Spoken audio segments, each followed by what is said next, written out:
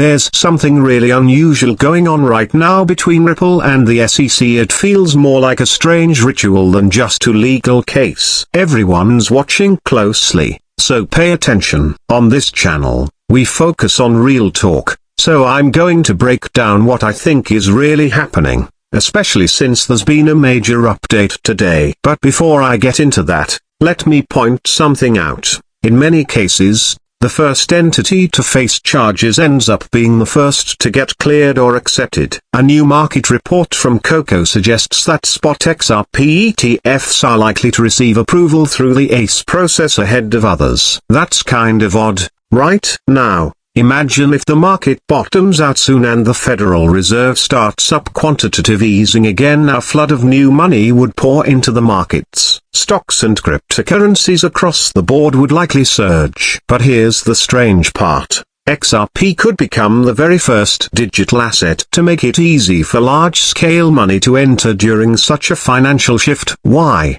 Because XRP's spot ETFs would already be approved and ready to go. That's a huge deal. Keep that in mind. XRP ETFs may get greenlit before anything else. And now comes the real twist. It ties back to the legal case, which, by the way, is basically wrapped up. Yes, that's right. We're getting very close to the finish line in the SEC versus Ripple battle. Both parties agreed to pause the appeal, and the court accepted that. The SEC now has 60 days to file a status report. But this is where it starts to feel strange again.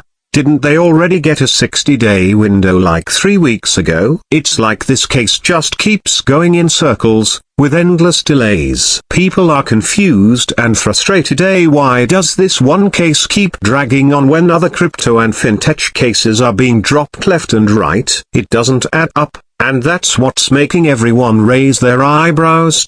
Is it just me, or does it feel like everyone's quietly waiting for some kind of massive political or economic event to unfold before the Ripple case finally wraps up? Back in 2021, we called it how we said this wouldn't end until something outside the case forced a resolution. Something big enough to shake the whole system. Now, this is where things get interesting. If you've been following this channel from the beginning, you probably remember us saying that. And now, it looks like the timing of the end lines up with a potential market crash. History tends to repeat itself. What's happened before will happen again, and the future echoes the past. XRP hit a major low on June 18th. 2022 may be the absolute bottom. But here's the weird part. Counting back 60 days puts us at June 15th, which is also when XRP saw a previous bottom in 2017. Coincidence? Maybe, or maybe not. Let's dig deeper. If an external shock is going to happen,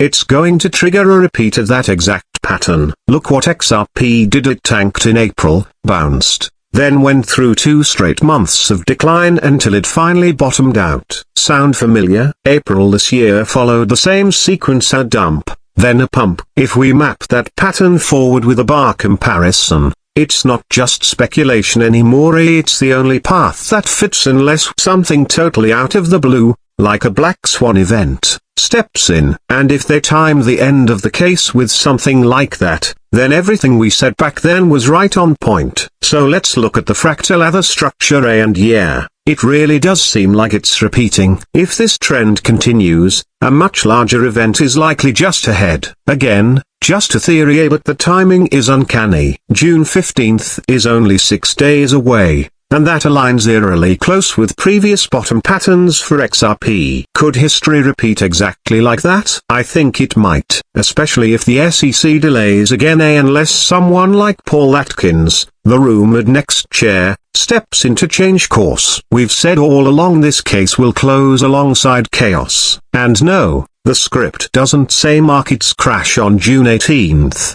But everything points toward that general zone. Even the Fed plays a role here. Remember, Powell flat out said they wouldn't step in if the market drops, but they will, eventually. Why? Because a crash clears the way for quantitative easing. Inflation is easing, and they want assets cheap so they can pump the system back up. See the cycle? A major drop, then an even bigger rise. It's all connected. The Fed, the SEC, the market, XRP. And right now, the market's acting weird again. Volatility looks a lot like early pandemic levels.